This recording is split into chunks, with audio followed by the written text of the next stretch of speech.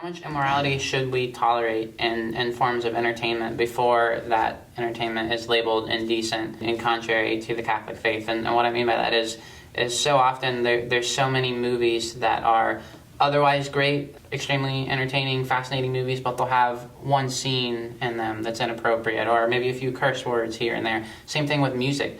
Is it okay to listen to songs like that, to enjoy these kind of forms of entertainment? Is there a threshold, or is there some kind of limit where we say this is too much? Well, I mean, there are various aspects to this. The point at which it actually influences you to accept the immorality, right? And that you yourself are damaged by exposure to this. Right? Your conscience is damaged by this. On the other hand, supporting it, boosting it, right? By your presence, by your dollars, by your talk, I saw this movie, all of that goes into it. You know? But, there's something really low, and there's something really vicious about being entertained by something that is offensive to God. I think somebody has to ask himself, if this is offensive to God, whom I love, or whom at least I should love, why am I letting myself be entertained by this?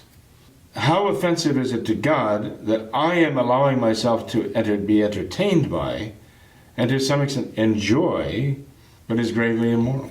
It's brief, it's quick, they put it in there for a reason. They want to get these ideas into our heads, into our minds, into our hearts. That's what they want to do. I mean, I really think we have to have kind of a zero tolerance mentality. And when I say that, I don't mean a zero tolerance policy. What I mean by that is that in our heart of hearts, we have to say, I refuse to be entertained, to be amused by anything that is offensive to God.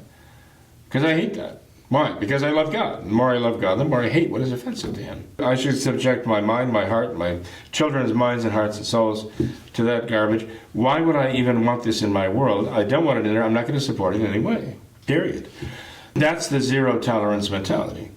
But a zero tolerance policy, putting it into practice, is I am going to plug my ears, close my eyes, and not see or hear anything that is offensive to God. If I go into a restaurant and they start playing a song I don't like, I'm going to throw my foot on the floor and walk out.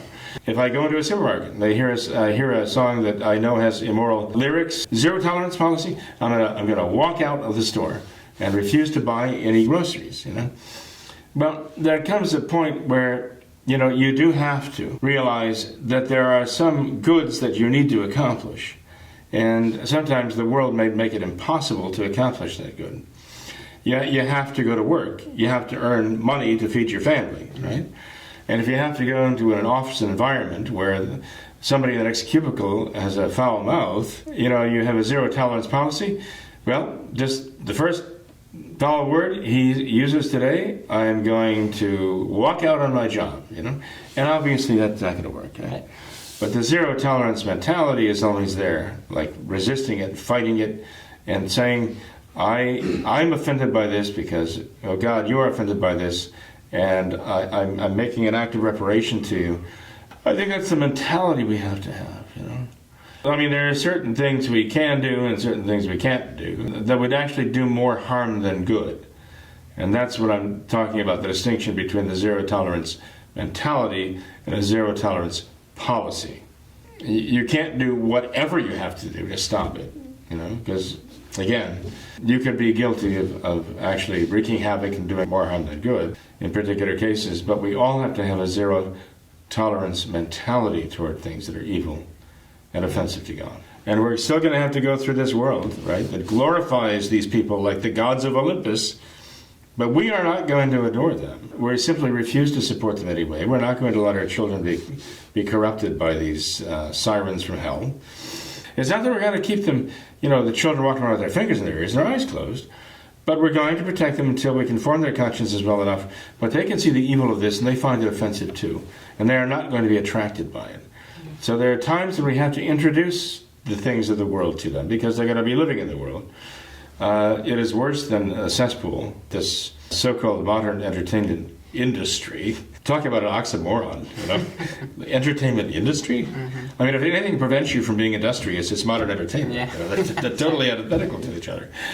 Again, the zero tolerance mentality means that we will not give in. We will insist on still being scandalized, offended, repulsed and sickened by this immorality, we will never adjust our thinking to accept it. Never. No matter what they do, right? And we're certainly not going to let them give them access to our children's minds and hearts. So we have to resist it as far as we possibly can.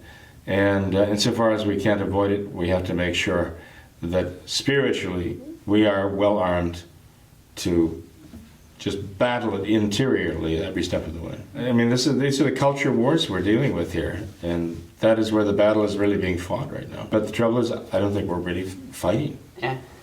We need to. Mm-hmm.